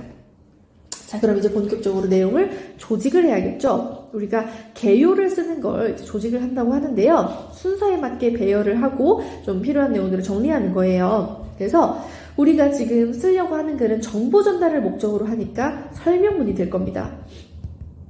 그래서 이 설명문은요, 처음, 중간, 끝의 구조를 가지고 있어요. 그래서 보통 처음에서는 이제 설명할 대상에 대해 소개하거나 내가 뭐 설명하려고 하는 이유를 설명하거나 이런 걸 쓰면 되고요. 중간에서는 내가 설명하고자 하는 대상에 대해 구체적으로 정보를 전달하면 됩니다. 그리고 이제 끝부분에서는 이제 그 지금까지 설명한 내용들을 요약하고 정리하는 부분으로 진행을 하면 되겠죠. 자, 그래서 지금 처음 부분에선 조선시대 사람들이 모자를 많이 썼다라고 하는 거, 그리고 중간 부분에서는 모자의 역할, 예의를 갖추기 위한 역할과 신분, 계급, 직업을 드러내기 위한 역할 나와 있고요. 3번에서는 조선시대 모자의 종류에 대해서 얘기를 하며 갓과 패랭이를 구분해서 설명하겠다라고 표현하고 있습니다. 자, 마지막에서는 이 조선 고유의 모자를 점차 쓰지 않게 되었다는 이야기를 하겠다고 설명하고 있네요. 자, 다음으로는 표현하고 고쳐 쓰는 단계입니다. 자, 우리가 글을 표현을 한 후에 거기에서 멈추면 안 되고 반드시 고쳐 쓰는 단계가 필요해요. 자, 그럼 이 고쳐 쓰기 단계에서는 뭘 고쳐 써야 되느냐? 자, 우리가 글 수준, 문단 수준, 그리고 문장 수준, 그리고 단어 수준에 따라서 요 고쳐야 될 것들을 점검을 할 수가 있어요. 자, 그러면 요거에 대해 정리된 거 잠깐 볼게요. 자, 여기 보시면은 우리가 글 수준, 문단 수준, 문장 수준, 단어 수준에서 어떤 식으로 고쳐쓰기 그 점검을 해야 되는지 내용이 나와 있습니다. 자, 우리가 글 수준에서 고쳐쓰기를 한다고 할 때는요, 글의 목적에 맞게 썼는지, 주제에서 벗어나진 않았는지, 독자의 관심과 수준을 고려했는지, 이런 것들을 이제 따져보는 것을 글 수준에서 따져본다고 합니다. 다음으로 문단 수준에서 볼 때는요, 이 문단에 중심 생각이 드러나 있는지, 중심 문장과 그것의 뒷받침 문장이 관련이 있는지, 문단과 문단 간의 연결은 자연스러운지, 이런 것들을 확인하면 됩니다. 문장 수준에서는요, 어법에 어긋난 표현은 없는지, 문장의 의미가 모호하지는 않은지 이런 걸 따져보고요. 단어 수준에서는 이 단어가 정말 이 문장을 표현하는 데 있어 적절한지, 불필요한 단어는 없는지 그런 것들을 확인해 볼 수 있어요. 자, 그래가지고 고쳐쓰기 단계에서 이렇게 4가지 수준에서 꼭 반드시 점검을 하면서 글 내용을 고쳐 써야 한다는 점 기억을 해두시면 되겠습니다.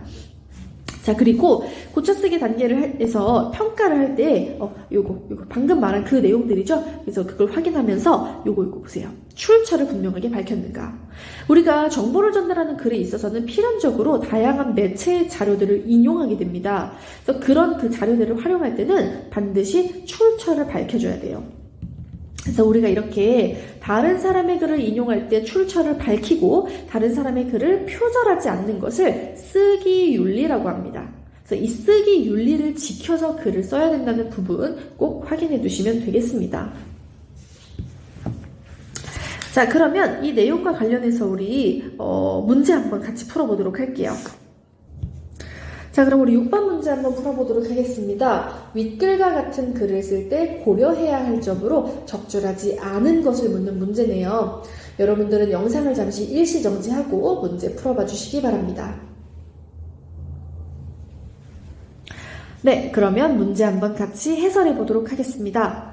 자, 이 윗글과 같은 글 우리가 아까 뭐라고 했어요? 바로 설명문이라고 했죠. 자, 그러면 설명문을 쓸 때 우리가 고려해야 할 점 하나씩 보도록 하겠습니다. 자, 먼저 1번. 분명하고 간단한 표현을 사용한대요. 이거 맞는 말입니다, 여러분. 왜냐하면 설명문의 경우에는 우리가 이 독자를 이해시키고 독자에게 정보를 전달하려는 목적을 가지고 있잖아요. 그러니까 독자가 이해하기 쉬운 분명한 표현, 그리고 간단한 표현을 사용해야겠죠. 자, 다음. 최대한 다양한 매체의 자료를 제공한다. 자, 우리가 설명문에서 자료를 수집할 때 하나의 매체에서만 자료를 수집하면 자료가 좀 이렇게 정보가 제한적일 수 있고 또 편향된 시각에서 자료를 가져오게 될 가능성도 있어요. 그래서 최대한 다양한 매체의 자료를 제공하는 것을 또 중요하게 생각하면 좋습니다. 자, 다음 3번. 객관적이고 정확한 정보를 전달한다.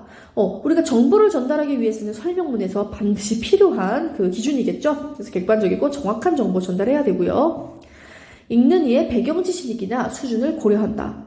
자, 여러분, 이거 진짜 중요한 건데요. 우리가 아까 처음에 글쓰기를 계획할 때 주제, 목적, 그리고 예상 독자 고려해야 된다고 말했어요. 그래서 이 예상 독자가 어떤 지식 수준을 가지고 있는지에 따라서 우리가 설명할 때 사용하는 그 어휘라든지 개념에 대한 것들이 달라지게 됩니다. 그래서 읽는 이의 배경 지식과 수준은 반드시 고려를 해야 해요. 자, 마지막으로 매체만 명시하면 출처는 밝히지 않아도 된다라고 나와 있는데 절대 그렇지 않죠. 선생님이 아까 말씀드렸듯이 쓰기 윤리 우리 꼭 지켜야 되거든요. 이 출처를 반드시 밝혀야 이 쓰기 윤리를 지킨 것이라고 볼 수 있습니다. 그래서 출처를 꼭 밝혀야 되고 다른 사람의 글을 표절하지 않아야 된다는 거 기억해 두시면 되겠습니다. 이 밖에도 더 많은 문제나 자세한 학습 자료는 저희 나무 아카데미 홈페이지에서 확인하실 수 있습니다. 감사합니다. 안녕하세요. 나무 아카데미입니다. 저희 사이트는 국어 내신 대비 학습 자료를 제공하는 사이트입니다. 오늘 강의에서는 천재노 교과서의 먹고 싶다 수박 지문을 분석해 보도록 하겠습니다. 이제 글이 좀 길다 보니까요. 모든 내용을 다 읽기보다는 중요하고 핵심적인 내용 위주로 좀 살펴보려고 합니다. 자, 그건 참 이상한 일이었다. 약 2시간에 걸쳐 일어난 그 일은 마치 한바탕 꿈을 꾼 것 같기도 했다라고 하면서 지금 글이 과거를 회상하면서 이제 시작이 되고 있어요. 자, 그래서 어떤 내용이 이어지냐면요. 이제 이 친구들이 지금 체육 시간에 이렇게 따로 있었는데 그 체육 시간에 그 운동장 한 구석에서 수박을 발견한 거예요. 그래서 그 수박을 발견하고 우와 맛있겠다 좀 먹고 싶다 이렇게 생각을 했는데 갑자기 지원이라는 친구가 그 수박을 뚝 따버립니다. 먹고 싶으면 따지 뭐 이러면서 수박을 따버려요. 그래서 굉장히 충동적인 지원이의 성격이 드러나는데요. 모두가 놀라고 당황했는데 이 지원이는 너네도 먹고 싶지 않아? 너희들 이런 식으로 이제 하면서 되게 당황하는 모습을 보여주고 있어요. 자, 근데 여기에서 즉 은비라는 친구는 난 안 먹을 거야. 그리고 나는 빠지겠어. 이 사건은 나와 무관한 거야. 그러니까 자기가 수박을 따려고 한 생각도 안 했는데 지금 친구가 수박을 땄으니까 나는 이 문제에 책임이 없어 라고 하면서 지금 선을 긋고 이제 좀 떨어져 있다는 의사를 밝히고 있습니다. 그리고 영주라는 친구도 그렇게 은비를 따라갔는데요. 자, 이 친구들이 지금 어쩔 줄 모르고 하는 걸 보고서 나는 그래도 좀 의리 있는 모습을 보여줘요. 그래서 이 나가 자기 신발 주머니에 수박을 넣어가지고 이거를 교실로 가지고 옵니다. 자, 그래서 이 이후로 무슨 일이 이루어지냐면요. 이 수박의 처리에 대해서, 이 수박을 어떻게 할 것인가에 대해서 나와 친구들 사이에 계속해서 갈등이 일어나요. 네. 그래서 보시면은 지금 친구들은 이 수박을 어떻게 하자고 얘기를 하냐면요. 자, 화장실 가서 우리끼리만 먹자라고 얘기를 해요. 자, 근데 나는 그러고 싶지 않아요. 왜냐하면 이미 애초에 수박을 딴 것부터가 잘못이잖아요. 근데 거기에다 대고 친구들을 빼놓고 자기들끼리만 수박을 먹는 잘못을 또 얻는 것은 좀 내키지 않는다는 겁니다. 그래서 이제 그거에 대해서 동의하지 않아요. 다 같이 먹자 친구들과 라고 얘기하고 있어요. 그러자 이 친구들은 다 반대를 해요. 미쳤어? 벌점 먹을 거야. 혼낼 거야. 다른 애들한테도 욕 먹을 거야. 라고 하면서 이 모습에 대해 반대하는 모습을 보여주고 있습니다. 그래서 우리끼리 먹자라고 하는데 지금 나는 계속해서 아니야 같이 먹자라고 하면서 이 찝찝한 기분을 털어내기 위해서 좀 공명정대하게 수박을 처리해서 잘못을 바로잡으려 하는 모습이 나타나고 있습니다. 하지만 이제 이 나와 친구들의 담임 선생님이 엄청나게 엄격한 분인 거예요. 그래가지고 이 엄격한 분에게 엄청 혼낼 게 틀림없으니까 그러지 말자라고 말하고 있습니다. 그래서 이 외적 갈등 끝에 이 나가 너무 답답해서 나도 이쯤에서 손을 떼버릴까? 라고 하면서 내적 갈등을 느끼고 있는 모습도 드러납니다. 그러면서 계속 이제 미리 빠져 있었던 이 은비의 모습을 부러워하는 모습이 나타나요. 자, 그러면서 지금 우리가 또 확인해야 되는 게 등장인물들의 성격이 어떻게 제시되는지인가입니다. 이 성격이 직접적으로 제시되는 경우, 예를 들면 지금 여기 보시는 것처럼 나는 우유부단하다라고 하면서 직접적으로 제시되는 경우가 있고요. 그렇지 않고 인물의 대사나 행동을 통해서 간접적으로 제시되는 경우가 있습니다. 그래서 인물의 성격이 어떻게 제시되는지도 여러분들이 꼭 하나하나 확인해 두시면 좋겠어요. 근데요, 여기에 대해서 뭐라고 하느냐? 담임쌤이 벌 좀 먹이면 먹고 혼내시면 혼나자. 우리 그냥 좀 털어놓자 라고 얘기합니다. 하지만 친구들은 또 싸늘하게 싫어 라고 얘기를 해요. 왜 일을 크게 만드냐는 거죠. 자, 그래서 이 우유부단한 나는 또다시 이제 막 설득되면서 좀 강하게 자기 의견을 내세우지를 못하고 있어요. 그런 갈등이 이제 어떻게 멈추게 되느냐? 담임 선생님이 들어오셔요. 담임 선생님이 나갈 때까지 결국에는 수박 이야기를 하지 못하게 됐습니다. 자, 그래서 이 친구들이 수박을 먹으러 가자고 화장실로 간다고 하는데 정말 웃기는 사건이 이뤄져요. 뭐냐면요. 같이 이 문제를 해결하기로 했던 그 공범들 있죠. 그 공범들 중에 한 명씩 자꾸 문제에서 빠지는 겁니다. 자, 먼저 세영이가 나 가봐야 돼 하면서 갑자기 빠졌고요. 그러자 다음에 인정이가 있잖아 나도 사실 가야 돼. 그래서 인정이도 수박 문제에서 빠졌습니다. 그러자 이제 지원이랑 나 남았어요. 지원이는 아까 전에 수박을 직접 땄던 그 문제의 그 최종 1차 원인이고요. 그리고 이제 나가 남았는데 이제 여기에 대해서 나의 또 내적 갈등이 시작돼요. 뭐지? 다들 가버리네? 나도 가야 되나? 라고 이제 내적 갈등을 하고 있는데 갑자기 기가 막히게도 이 수박을 딴 문제의 원인이었던 지원이가 자기도 나도 가야 돼 라고 하면서 문제에서 빠지려고 하는 거예요. 그러니까 정말 당황스럽죠? 왜냐하면 수박 문제의 가장 큰 책임은 사실 지원이에게 있잖아요. 그죠? 그래서 이걸 해결해달라고 맡기고 있습니다.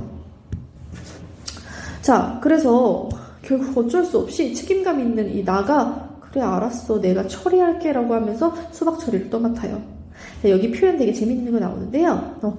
나는 말을 하는 내 입의 움직임을 느낄 수 없었다. 내 입에서 나와 내 귀에 들리는 목소리도 결코 내 것이 아니었다. 처음 있는 듯한 낯선 목소리였다. 그러니까 지금 이 말에 나의 진심은 담겨있지 않은 거예요. 지금 그래서 내가 말하는 건데도 내가 말하는 것 같지 않게 느껴지는 그 모습이 나타나고 있습니다. 자, 어쨌든 이 지원이는 정말 훌륭한 친구야 나정이는 이라고 하면서 문제를 떠넘기고서 이렇게 입에 발린 칭찬을 하고 있어요. 자, 그리고 나는 그래도 마음이 편해집니다. 어떻게 하기로 했냐면요. 차라리 집에 가져가서 가족들이랑 먹어야겠다 라고 떠올려요.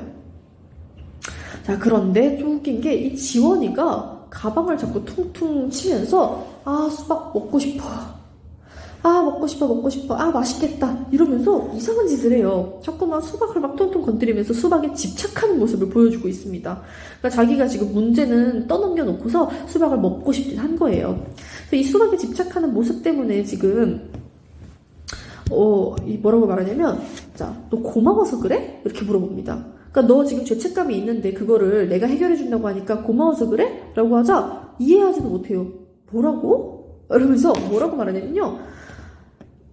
야, 너는 수박이 생겼는데 나한테 안 고맙냐? 라고 말합니다. 그러니까 수박 처리를 대신 떠맡은 거잖아요. 사실 책임감을 가지고 떠맡은 건데 그거를 너 수박 생겼잖아. 나한테 고마워해야지. 라고 오히려 말하는 지원이의 모습을 확인할 수가 있습니다. 자, 그래서 이제 또 새로운 인물이 등장합니다. 여기 민아라는 인물이 등장합니다. 이 인물이 어떤 정보를 주냐면요. 이 수박을 발견하고 깜짝 놀라서 이렇게 말합니다. 혹시 조회대 옆에서 딴 거야? 야, 그거 교장쌤 수박이야 라고 말하는 거예요. 교장쌤이 지극정성으로 가꾼 수박인데 그거를 땄냐? 라고 말하고 있는 거죠. 그리고 교장쌤의 이 외모를 묘사하면서 이 교장쌤의 카리스마 있는 모습, 엄격한 모습이 이제 가지고 있음을 알려주고 있습니다. 자, 그런데 이제 고민을 해요. 이거를 다시 제자리로 돌려놓자라고 미나가 말하고 있는데요. 아, 그거는 양심을 속이는 일인데 내 잘못을 밝히고 용서를 구하지 않고 이거를 감추는 건 옳지 않은 일인데? 라고 이제 또 나아가 이렇게 갈등을 하게 됩니다. 그래서 어떻게 해야 될지 모르겠어서 이러고 있자 지원이는 되게 공격적이고 좀 거친 표현을 하면서 에이 짜증난다 정말 망할 수박 이러면서 막 그 짜증을 내면서 거칠어진 성격을 보여주고 있고요. 둘이 엄청나게 싸워요. 야, 너만 양심적이야? 나는 도둑이고? 이런 식으로 지금 나의 행동, 나는 이제 그냥 돌려놓는 걸 반대하는 나의 행동에 대해서 지원이가 막 원망하면서 이렇게 막 화를 내는 모습도 보이고 있죠. 자, 또 직접적인 제시 보입니다. 욱하기 대장 지원이의 성격을 직접 제시하고 있어요. 자, 어쨌든 이렇게 문제를 해결하지 못하고 결국엔 갈등을 하고 있는데 갑자기 은비가 나타납니다. 자, 여러분 이 은비 누구였냐면요. 처음에 나는 이 문제에서 빠질 거야 라고 단호하게 말했던 그 주인공의 친구예요. 나의 친구인데요. 이 친구가 그냥 정말 쿨하게 그냥 있던 데 갖다 둬. 끌어안고 끙끙대지 말고 해가지고 결국엔 이들이 이제 그 조회대 옆에 그걸 갖다 두고 모든 걸 다 이제 떠나게 됩니다. 자, 이제 중요한 내용 나와요. 은비가 내 손을 잡았을 때 나는 모든 걸 다 잊어버렸다. 꼭지가 떨어진 수박을 마치 처음부터 따지 않았던 것처럼 제자리에 돌려놓는 것이 얼마나 기만적인 일인지도. 줄기에서 분리되어 물을 공급받지 못해 배배에 뒤틀려 마르다가 썩어갈 수박의 아픔 따위도 그런 것들은 나의 양심을 건드리지 않았다. 자, 여러분 이거 진짜 그런 건가요? 아닙니다. 너무너무 신경 쓰이고 있는 거예요. 이 부분 보시면. 그래서 모든 걸 다 잊어버렸고 양심을 건드리지 않았다고 하는 표현들은 다 반어적 표현입니다. 반어적 표현. 사실은 그렇지 않은 거예요. 그래서 자기 생각과 겉으로는 반대로 말을 하고 있어요.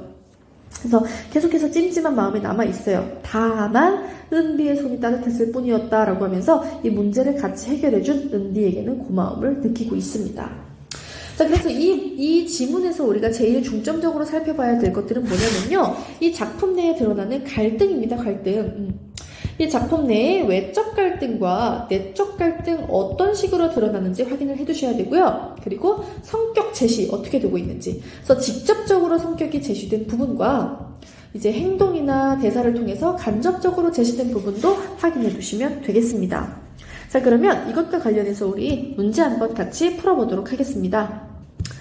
자, 여러분 그러면 1번 문제 한번 같이 풀어보도록 하겠습니다. 여러분들은 영상 잠시 일시정지하고 문제 풀어봐 주시기 바랍니다. 네, 그러면 문제 한번 같이 해설해 보도록 하겠습니다. 자, 갈등에 관해 설명한 것을 묻는 문제죠. 자, 지금 보시면 갈등은 사건을 일으킬 뿐 주제를 드러내는 것과는 관련이 없다고 되어 있는데 아닙니다. 갈등은 사건을 일으키고 그 주제와 관련한 내용도 드러내는 역할을 해요. 자, 갈등은 작품에서 사건을 일으키고 전개하는 역할을 한다. 네, 요것이 답이 되겠죠. 자, 다른 것도 그냥 계속 볼게요. 자, 외적 갈등에는 개인과 개인의 갈등만 포함된다라고 나와 있는데요. 아닙니다, 여러분. 외적 갈등에는요, 우리가 여러분, 개인과 개인이 이제 갈등할 수도 있지만, 개인과 사회가 갈등할 수도 있고요. 개인과 어떤 집단이 갈등할 수도 있고요. 또는 개인과 어떤 운명이 갈등할 수도 있고요. 등등등의 모습들을 우리가 알 수가 있습니다. 자, 갈등은 인물의 성격, 가치관과 무관할 수는 없죠. 다음, 갈등은 인간관계 속에서만 나타나는 거 아닙니다. 이런 것들에서도 나타날 수 있어요. 그래서 답은 2번이 됩니다. 자, 이렇게 문제 한번 같이 풀어보았고요. 이 외에도 더 많은 문제나 자세한 학습 자료는 저희 나무 아카데미 홈페이지에서 확인하실 수 있습니다. 감사합니다. 안녕하세요. 나무 아카데미입니다. 저희 사이트는 국어 내신 대비 학습 자료를 제공하는 사이트입니다. 오늘 강의에서는 국어 천재 노 교과서의 문제를 해결하는 토익 지문을 분석해 보도록 하겠습니다. 자, 지금 여기 보시면요. 지금 공지가 있어요. 어떤 토익을 실시할 건지에 대한 공지인데요. 자, 보시면 문제 상황. 고양이가 제대로 된 보살핌을 받지 못하고 있다는 문제 상황에 대해서 이 아기 고양이를 돕는 바람직한 방법을 함께 찾아보자고 하는 토의의 주제를 이야기하고 있습니다. 그래서 여럿이 함께 모여 고민하면 좋은 해결책을 찾을 수 있지 않을까요? 라고 하는 토의의 필요성 얘기를 하고 있어요. 자, 그래서 여러분 토의라고 하는 건요. 공동의 문제를 해결하기 위해서 서로 이제 좋은 대안을 이야기를 하는 이제 협력적인 말하기입니다. 자, 그래가지고 토의와 토론의 차이점을 가지고서 문제가 출제될 수도 있으니까요. 토의는 이렇게 공동의 문제로 협력적으로 말하는 거지만 토론의 경우에는 어떤 이제 논제를 가지고서 그 논제에 대해 서로 자신의 의견을 주장하고 그걸로 상대방을 설득하는 그런 것임을 우리가 구분해 두시면 되겠습니다. 자, 어쨌든 자, 그래서 이 토의 하기로 결정이 되었죠. 이 토의를 준비하는 과정에서는 토의를 주제를 정하고 역할을 분담하고 토의 내용을 마련하면 되는데요. 그래서 토의 주제와 관련된 자료를 미리 조사하면 되겠죠. 그래가지고 이 아기 고양이를 돕는 방법과 관련해서 또 자신의 의견을 마련을 하고요. 이 주제에 관한 자신의 의견을 뒷받침할 수 있는 근거도 준비를 해야겠죠. 자, 우리가 토의를 통해서 문제를 해결하면 뭐가 좋으냐면요. 이 공동의 문제는 혼자 누군가 개인이 결정하는 것보다 여러 사람이 함께 결정하는 게 좋겠죠. 그래서 토의로 문제를 해결하려 하는 거고요. 두 번째로는 여러 사람이 의견을 보태면 좋은 해결책이 나올 수 있기 때문이에요. 또한 합리적인 의사결정 방법이기 때문에 다수가 만족할 수 있다라는 또 장점도 있습니다. 자, 그러면 구체적으로 내용 좀 볼게요. 자, 먼저 사회자가 나와 있네요. 자, 여러분, 이 토의 참여자들의 역할에 대한 문제가 좀 많이 나올 수 있는데요. 특히나 사회자의 역할은 정말 문제로 많이 나옵니다. 그래서 사회자가 어떤 역할을 하는지 꼭 살펴보세요.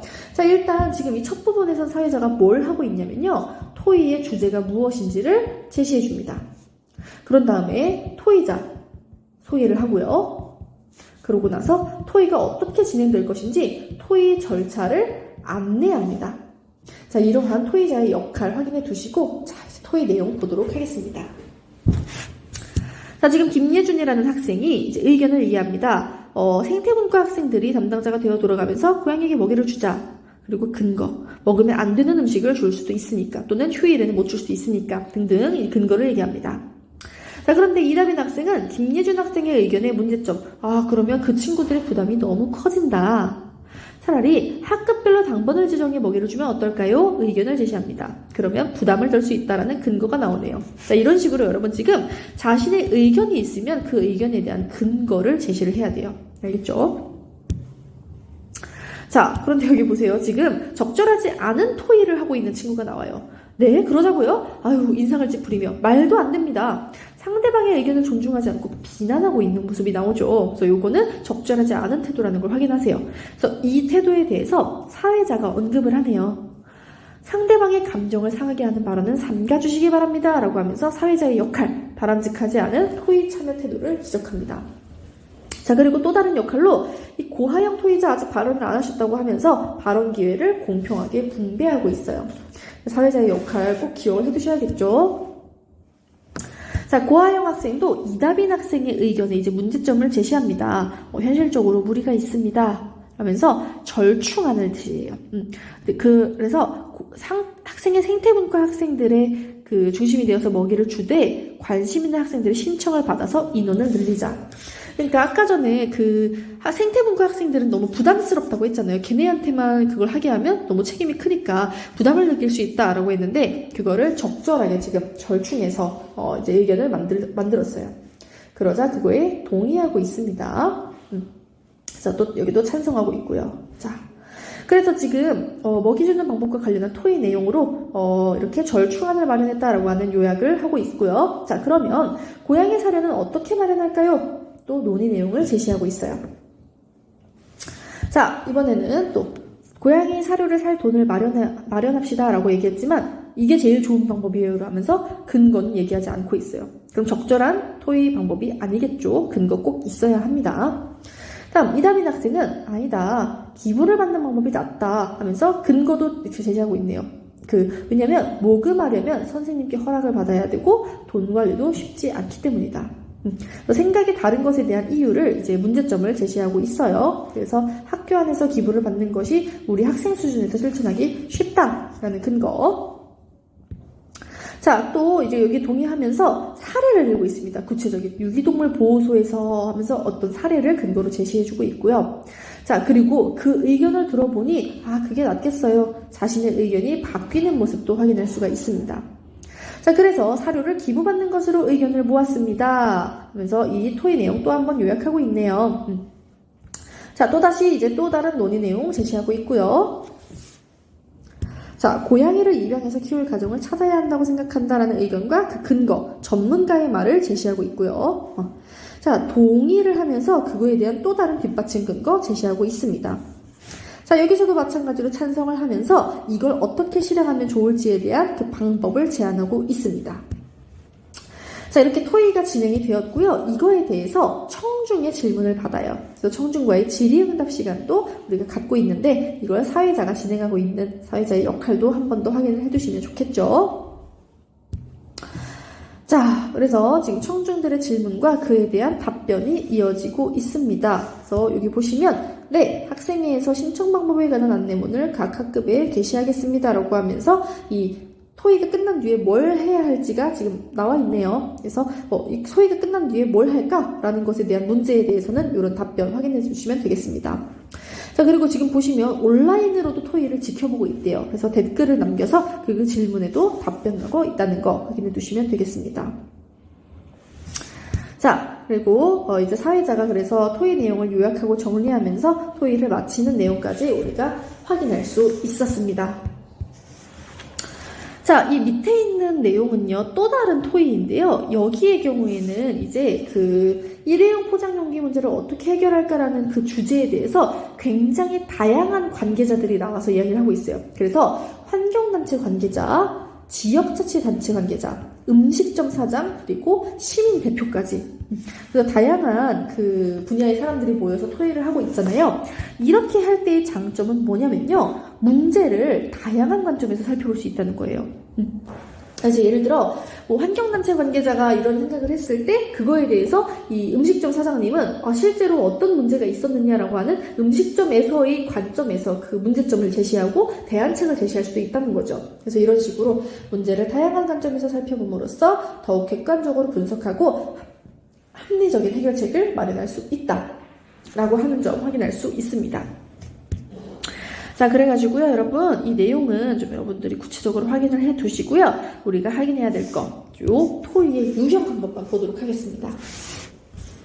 자, 토의의 유형 문제로 정말 많이 나와요. 그래서 우리가 대표적으로 패널 토의, 포럼, 심포지엄, 원탁 토의와 같은 토의의 방법이 있습니다. 자, 그래서 패널 토의는요, 여러분, 토의 문제와 관련된 전문 지식이 있는 사람들을 패널로 정합니다. 자, 그래서 이렇게 패널들이 나와가지고요, 의견을 주고받아요. 의견을 주고받습니다. 그리고 그거를 청중들이 지켜보고 있다가 나중에 질의응답을 할 겁니다. 이해되셨죠? 자, 포럼 같은 경우 이제 공개 토의라고 하는데요. 이거는 뭐냐면요, 어떤 문제에 관해 전문성을 지닌, 그러니까 전문가가 나와서 자신의 의견을 발표합니다. 그래서 여기서 자신의 의견을 발표해요, 한두 사람이. 자, 그리고 그거를 이제 청중들과 직접 의견을 교환합니다.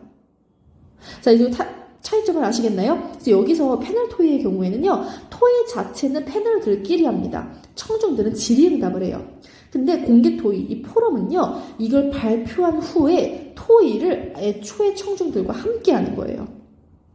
이해되셨죠? 자, 심포지엄의 경우에는요, 이제 토의 주제에 대한 여러 측면의 전문가들이 발표를 하고 그거에 대해서 청중과 질의응답을 하는 거고요. 원탁 토의의 경우에는 이제 이렇게 여러 명의 사람들이 공동의 문제를 놓고 그냥 자유롭게 토의를 하는 겁니다. 그래서 이렇게 토의의 유형 꼭 반드시 구분해서 기억을 해두셔야겠습니다. 자, 그러면 우리 문제 한번 같이 풀어보도록 할게요. 자, 3번 문제 한번 풀어보도록 하겠습니다. 토의자가 갖추어야 할 바람직한 태도로 적절하지 않은 것을 묻고 있어요. 여러분들 영상 잠시 일시 정지하고 문제 풀어봐 주시기 바랍니다. 네, 그러면 문제 한번 같이 해설해 보도록 하겠습니다. 자, 자신과 의견이 다른 토의자의 발언도 경청하고 존중해야겠죠. 자기와 같은 의견만 우리가 주장해서는 안 됩니다. 자, 주제와 관련이 없더라도 일단 발언 기회를 최대한 활용해서 의견을 제시해야 된다. 아니죠. 우리 주제와 관련이 있는 내용으로 토의 진행해야 할 겁니다. 답은 일단 2번이 되겠네요. 계속 볼게요. 상대방의 발언을 무시하거나 깎아내리지 않아야겠죠. 중요합니다. 존중하는 태도 갖춰야 되고요. 발언 기회를 독점하지 않고 토의 순서에 맞게 발언해야 된다. 맞죠? 우리 모든 토의자들이 공평하게 그 발언 기회를 가질 수 있도록 분배를 해야 합니다. 자, 상대에게 질의응답을 하여 타당한 근거가 있는 의견인지 알아본다. 네, 적절한 토의 방법이라고 볼 수 있겠습니다. 자, 그래서 여러분 이렇게 문제도 한번 같이 풀어보았고요. 이 외에도 더 많은 문제나 자세한 학습 자료는 저희 나무 아카데미 홈페이지에서 확인하실 수 있습니다. 감사합니다.